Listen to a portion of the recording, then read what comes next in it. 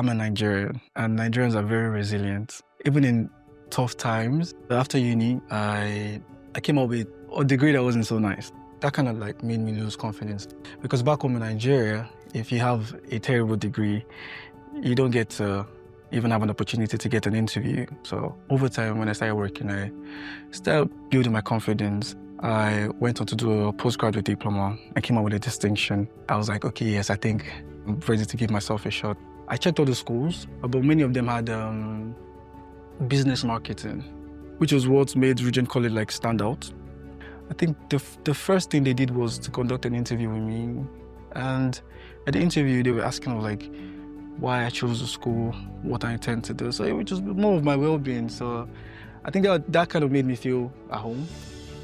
When I moved in here, like the first few months, I was jobless. Also, before I got like the right documents to work, it took time. And still, I had to go to school.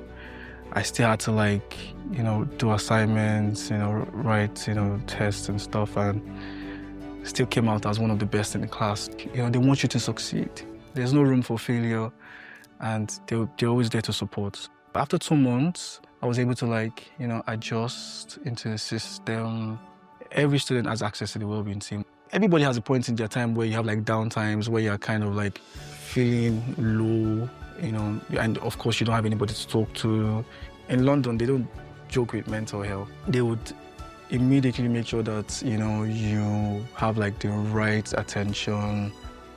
One of the fascinating things about London is the diversity in culture. It's like home away from home.